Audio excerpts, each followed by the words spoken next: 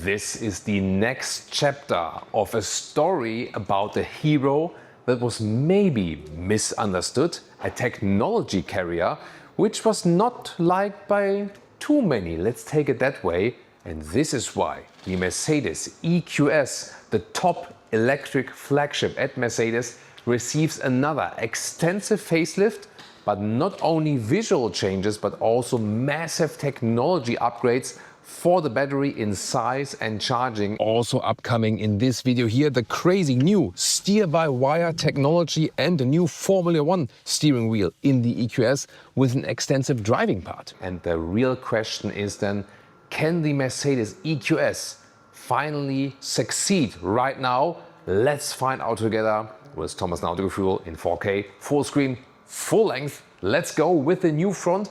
This is the new standard electric art front. Means we have this new front grille, so to speak, but it's all the way closed with illuminated tiny stars. And you can see from this new logic, it has more the design of the new Mercedes CLA now, with this illuminated grille in the front and then the top light strip right there, and not the so far classic EQ design, which was not liked by so many customers.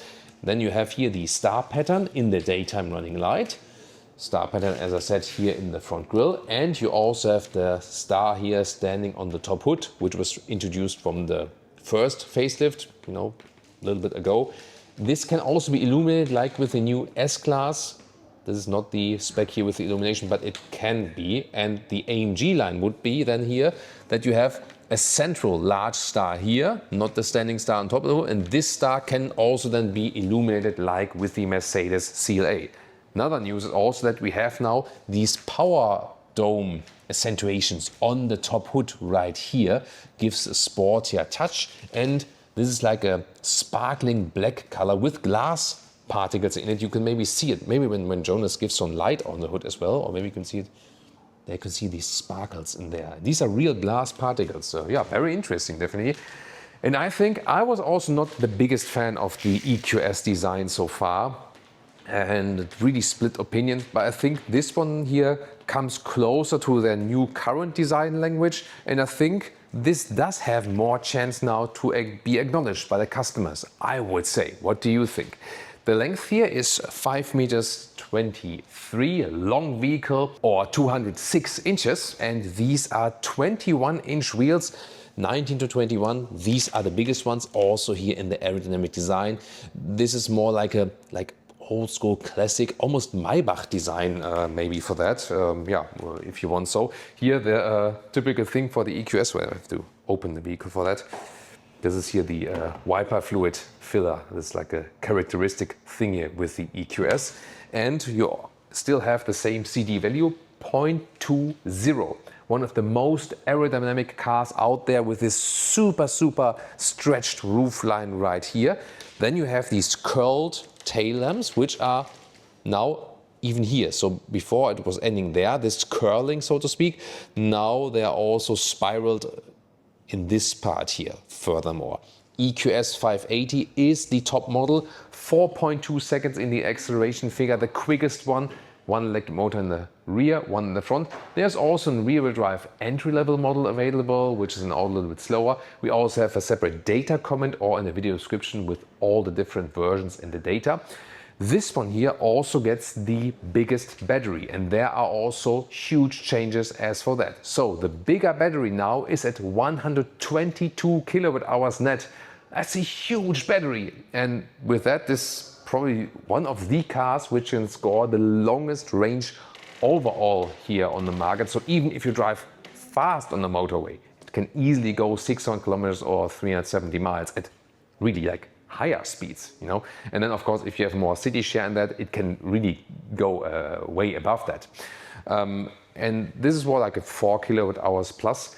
However, the biggest change is for the smaller battery, which is now at 112 kilowatt hours net. And this is the larger, jump if you compare the battery before.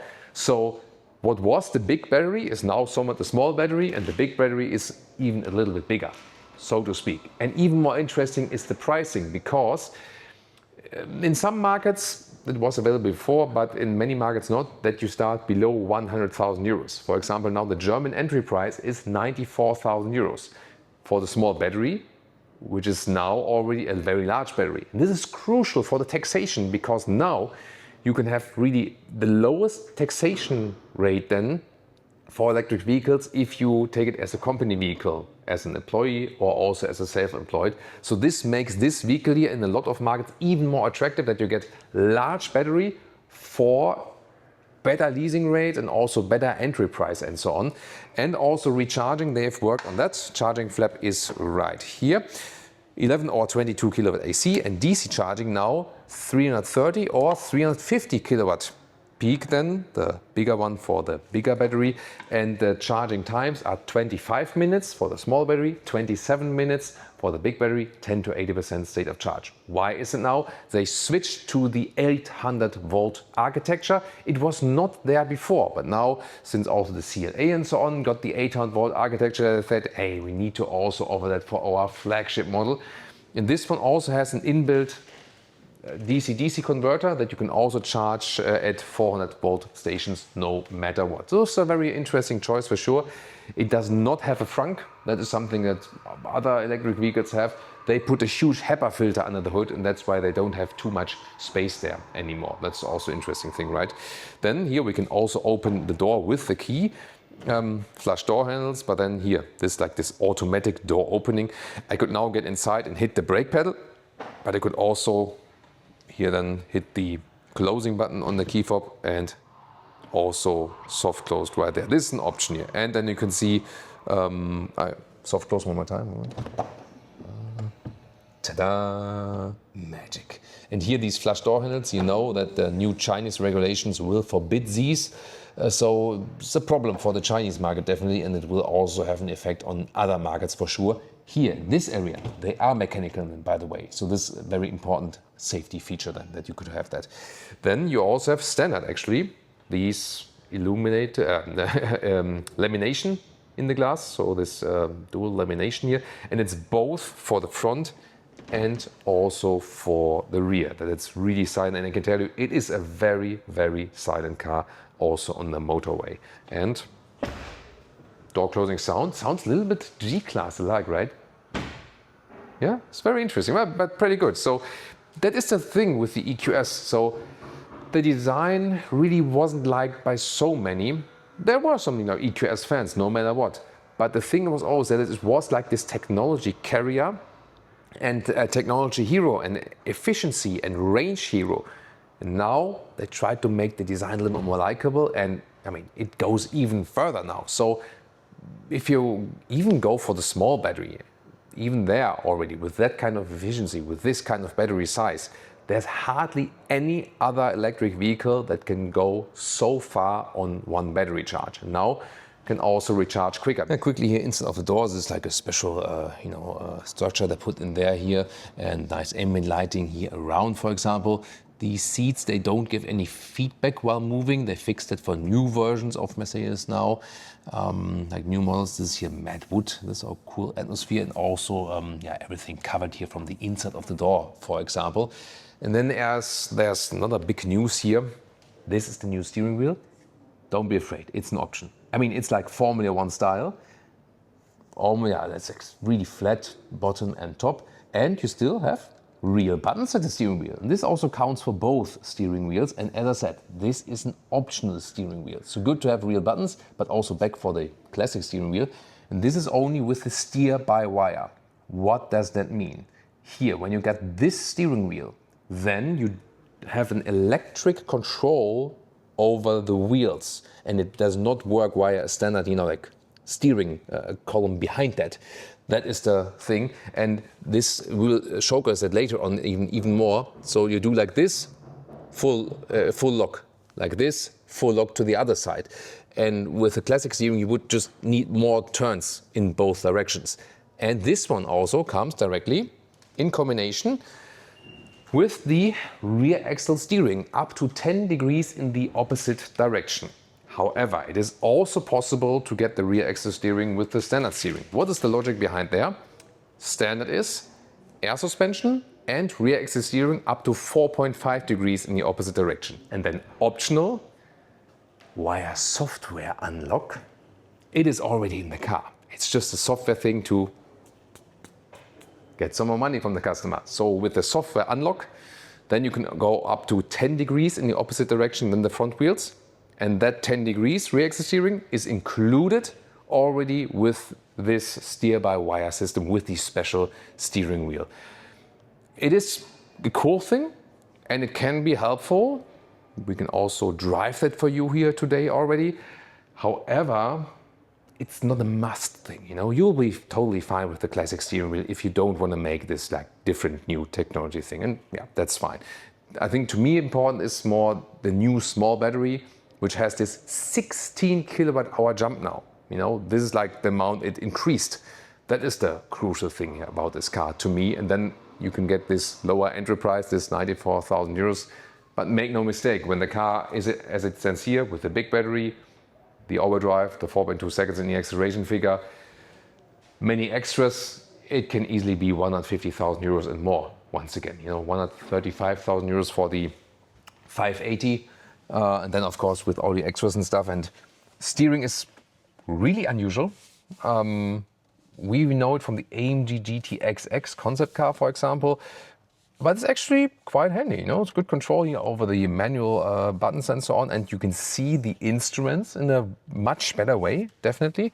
So let me put that alive. This new hyperscreen. Well, it's not a new hyperscreen. You know, it's like the common hyperscreen. The new hyperscreen is in the GLC EQ, which you've maybe also seen here on Autogefühl. So better view to the instrument part than here of this hyperscreen. And yeah, I mean, it feels really sporty, Formula One-alike. I would not exactly say that it fits to the EQS from the styling. However, it fits to the EQS from a perspective of this is the technology carrier, and they put like the max technology in this one. That's why it was also so important to upgrade the charging and the battery and so on. That not the CLA is the electric flagship at Mercedes, but once again the EQS. Yeah, that's the thing. Of course, you can also change the ambient lighting colors as for that. And we will also later on show you once again how the normal steering wheel looks like in the from the pre-facelift. The difference will just be that you will also have the rocker and roller, as Mercedes calls them, here on the steering wheel again. Let's see if the seat is in the lowest position here. Yeah. It is. This is, by the way, animal skin here, but you can also get, at least in German market, the Artico leatherette, or also the microfiber with a sporty seat. Like that's possible, but not all markets offer that. That was a little bit sad. However, new is also that we can also get an animal-free steering wheel. So you can choose that in the configurator. And then here, well, it's not too much headroom left here with 189.62, kind of close, but beautiful seating here with microfiber from the inside. So now I'm going to use here this other function. Here I'm pressing the brake pedal with my feet. There we go. And then I can also close the door by that, and you can see how the ambient lighting follows all the way through. Oh, this is frog green. Oh, the frogs. Or full blue. Yeah, the Thomas Blue ambient lighting color. The ambient lighting integration, some maybe say it's too much, but I really love it. I think it's very well executed, and it's also, it is a lot on the one hand, but it's still subtle, that it's not like, you know, totally in your face and like blinding you. You know, you have a nice matte integration of that. Also how it's here integrated, for example, in the ambient light here in the air vent, for example, which has this aircraft turbine style. This is beautifully done. Passenger screen right here, then the main infotainment unit. You can also set magenta for Leah, for example. What would be, Jonas is filming today, by the way, so what would be Jonas' favorite color? Ambient lighting? White. White. That is unusual. Is white even a color? That is up for discussion, right? Yeah, I mean, now you have this is the most, you see, like Jonas is more like this, you know, agent style, very subtle, you know, like I would be more, or pool blue. Yeah, pool blue is also pretty cool, right? The glass roof, by the way, this one you can still open. Difference to the all new electric models by Mercedes, which you cannot open in the glass roof. This one is still possible. And then once again, more ambient lighting there. And wow, how beautiful all the way the microfiber is covered here. Also here at the sun blinds, for example, love these details. They can, oh yes, check. And also greetings to my friends at Straight Pipes, because they always check that as well. Yeah, here you can really very well extend that sun visor here for the EQS. It's very important here to cover all of that area. And it has an own style, definitely, you know, with, but sometimes to me it's a little bit too much screen. Yeah, what do you think about that? Nice microfiber cushions here in this top premium package. Yeah, but I would probably then stick with the animal-free options, which they also now offer. But sometimes it's that the UK and the US market, for example, don't even offer that. That's of course then a problem. High floor mats here. This is also part of an optional package. I love these floor mats, you know. They always tempt you to take off your shoes. You shouldn't do that as a driver, but at least you can do that, for example, as a passenger. And also here on this side, the glove box with the button. It's, yeah, pretty shallow though, but nicely integrated here. So the build quality is pretty decent, definitely. And also here, for example, with the matte wood, you can feel that here, slide it open. And look at that. This is the old cup holder design, the front one. I think they kept it that way that you can easily reach for the inductive charging pad and two USB-C chargers. But this is the S-Class facelift new cup holder design, because I complained that the bottles fly around too easily. And then here, when you have this 4-dot design, then also the bottles are being kept tighter. So this is well done that they also thought of these small details here. Split opening here for the armrest. Actually huge space here underneath. And then with two USB-C chargers as well. And on the screen, shown you here from the ambient lighting, for deactivating this EU speed warning chime, you can click here in the top left part, and you can deactivate also this attention assist or the acoustic warning for the speed limit. The vehicle switched on, or you can also press and hold the volume button. Then you can also activate and deactivate it just by the steering wheel, for example. And I think the resolution is actually pretty cool. You also have like this little curve in here. So they did that actually before Porsche now with the Porsche Cayenne Electric. And I'm a friend of physical dials for the climate and so on, definitely. But here at least, switch on the vehicle. There we go. You at least have it here directly in a like very close control distance here. And you can also see you don't have to use this function, but you could. Then you have this orchestra playing with the ambient lighting when you change the temperature. Also does here on the other side. It always looks especially nice. Here maybe Jonas can show that here at the inside of the doors. Here how it runs through right there, right? So once again, I mean, it brings some joy to the interior, but if you don't like these functions, you might as well deactivate it. As a tall person, you do, okay, this is like really lots of stretching the spine, but it's getting close. That's the thing with the CD value. So aerodynamic, but then it also gets a little bit close here. But you see, as a tall person, you can still very well sit here. Let's take a look at the rear, because with the first facelift, they made the standard comfort pack also included. This one here is the optional comfort package. And first of all, there we go, we have these cushions then with that. Here, still legroom left, no problem. Long wheelbase and so on. It's not the most comfortable here in the rear, considering, let's say, luxury sedan segments. Gotta say that, because you see my feet are still relatively high from the angle here. With these cushions, it's definitely already better in the lower area, but it's not primarily a luxury rear seating sedan. Let's take it that way. An S-Class would still offer more comfort there. The screens here in the rear, if you like them, you don't have to take them, are now larger. That's also a thing. Headroom here's no problem, 189/642, nice microfiber cover. You also have a separate shade then here. This is the front one. This is the rear shade. You can control it here from the inside of the doors actually. So very interesting. There we go. This is very interesting. So, I was mistaken. there's one key that controls both. So the left controls both, and then the right one controls the window. This is the way. So now we figure that one out. Yeah, so you can play with that, and you don't have to do that in the screen actually. So sometimes it's also a little bit too much. Then here's also some news. You put down this, and you have like phone or cup holders right here, and then here from the S-Class also these digital control panels where you can activate the seat massage and so on, and you can also take these out here. So this would be possible. And then here, inductive charging pad. Last but not least, I now switch to the other side because you can also activate when you have this optional comfort package.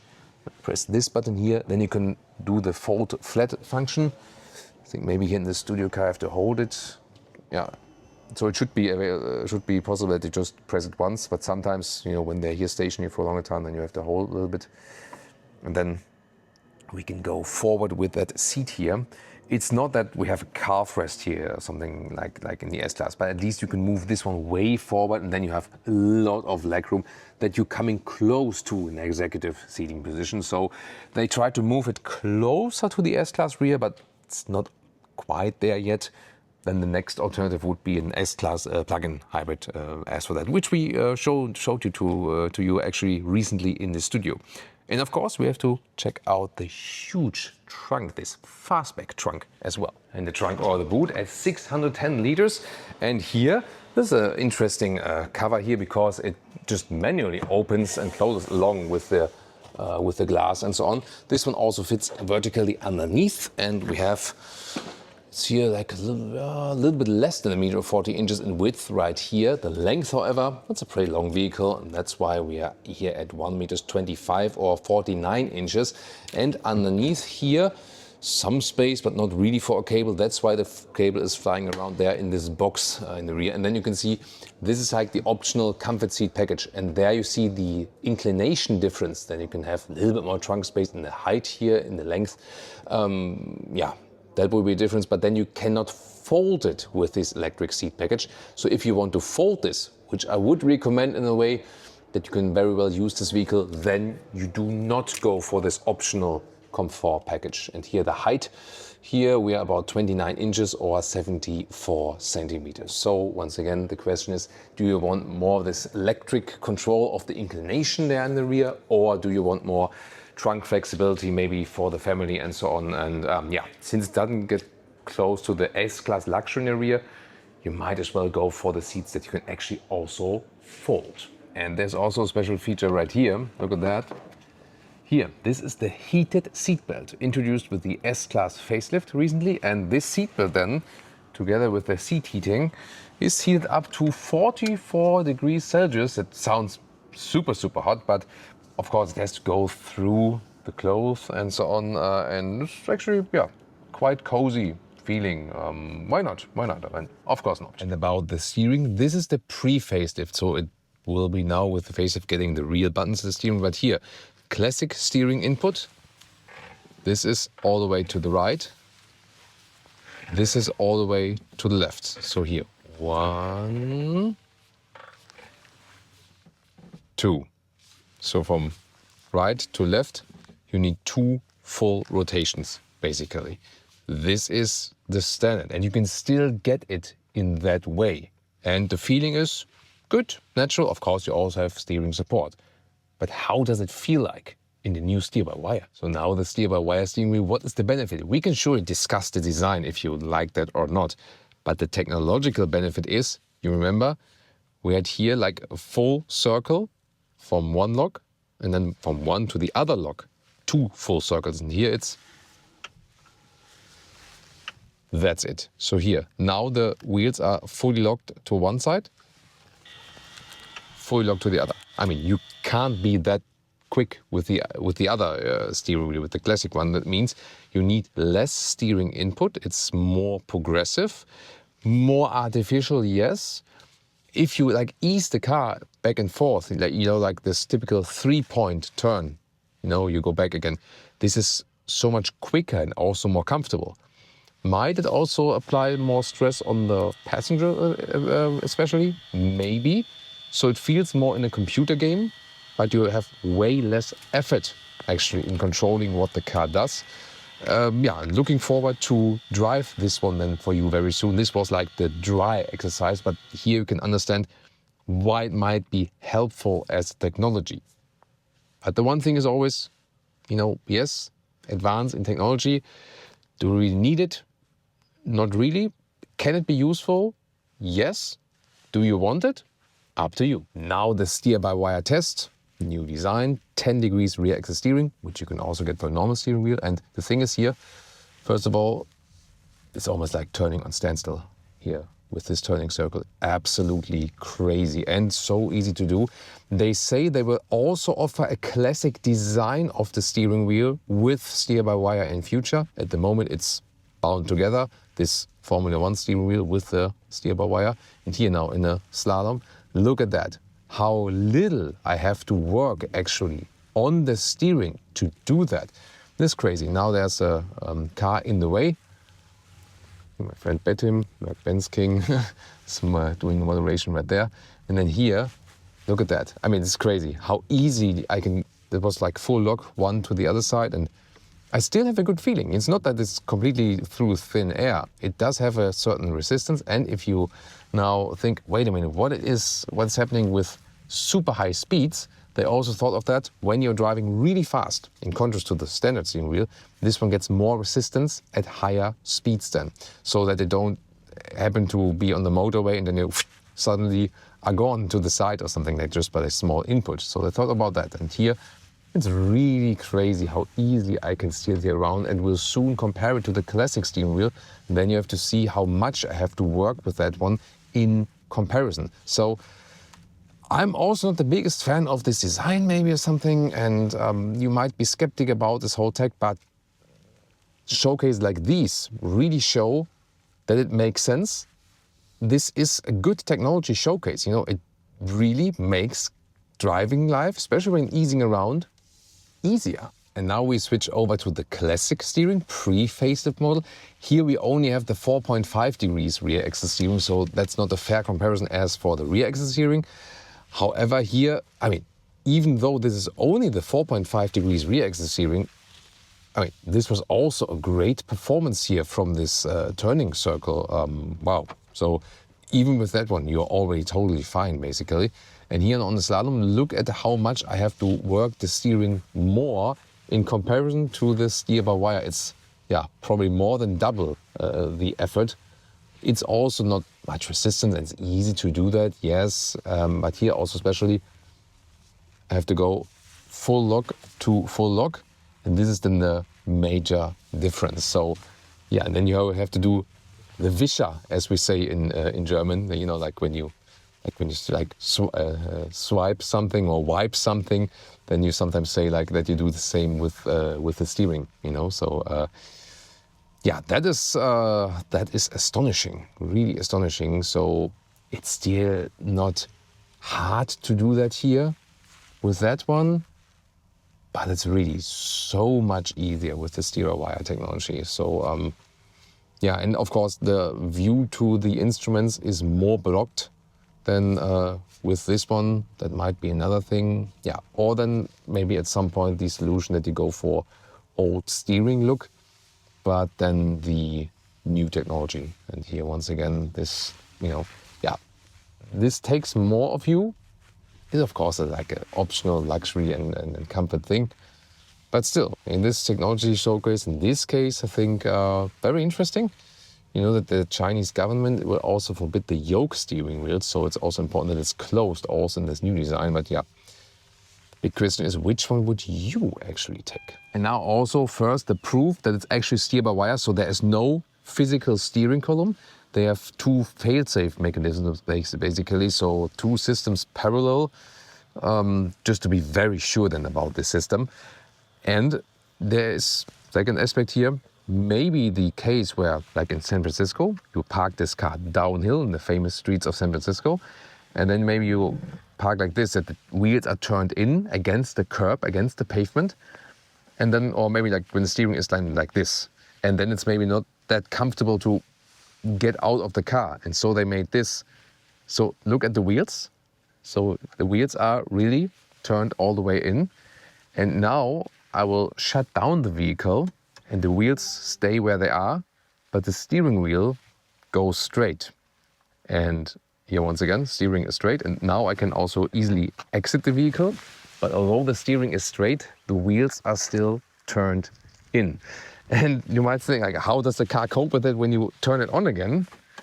I mean, there is no problem because there's no mechanical link. So when I turn it on again and it goes into the original position like this. So indeed, from the exterior, I think they did the car very well. Maybe it's still not my favorite car overall design-wise, but I think they moved away from this initial design, which was not so well appreciated, and it's still the case. I mean, it is somewhat still a hero car because it always goes forward with new technology, and now with a huge change to battery and especially charging, very quick charging. I mean, these 25 and 27 minutes doesn't sound that quick. However, if you think about it, the batteries are also super large.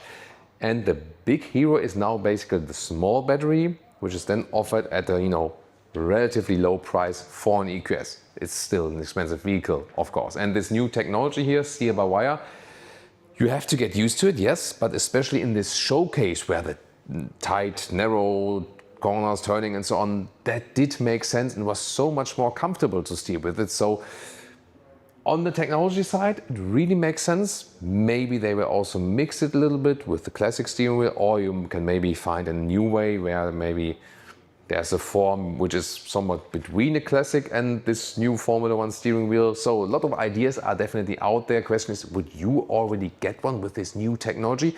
And would you now go for a Mercedes EQS, either here in this electric art style, or then maybe the AMG with the large center star and without the star on top of the hood?